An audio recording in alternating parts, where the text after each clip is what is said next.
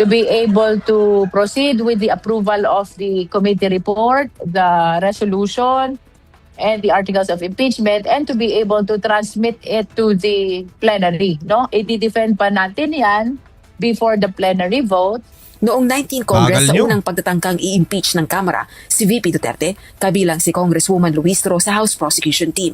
Gayun din ang iba pang House Justice members gaya ni na Iloilo 3rd District Representative Lawrence Defensor, Manila 3rd District Representative Joel Chua, San Juan City Representative Bel Zamora, Bukidnon 2nd District Representative Jonathan Keith Flores, One Rider Party List Representative Rod. Tandaan nyo tong mga to ha. Tandaan nyo to ha. Okay ng inang tong mga to. Pucha, One Rider Party List oh. Parang hindi maramdaman ng mga rider yan ha. Oh.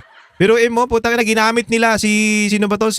Basta yung sikat na rider sa LTO dati, si Sir, nakalimutan ko eh. Ginamit nila yon para manalo sila, makaupo sila sa One Rider Party List. Alam ko, pang second nominee to yung rider, si Sir as eto first nominee. Ang party list nyo, para sa mga rider. Anak ng hayop kayo, bakit nangingialam kayo dyan sa impeachment? Hindi ko alam kung anong style dyan sa Congress kung paano ba yung sistema nila dyan, kung dapat ka ba makialam dun sa impeachment o kung ano ba yung nire-represent ang party list mo. Hindi kasi ito kung ano yung nire-represent ng party list mo, halimbawa yung axe teacher na sinatawag ni si Franz Castro, putang ina, nire-represent nyo ba yung teacher? Teacher, putang ina, pero dapat teacher din yung nandyan. Ikaw, puta, teacher ka ba? O, ganun din dito sa rider. Puta, i-represent nyo yung rider. Nahihirapan na yung mga rider ngayon, Putang ina, tapos hindi kayo maramdaman.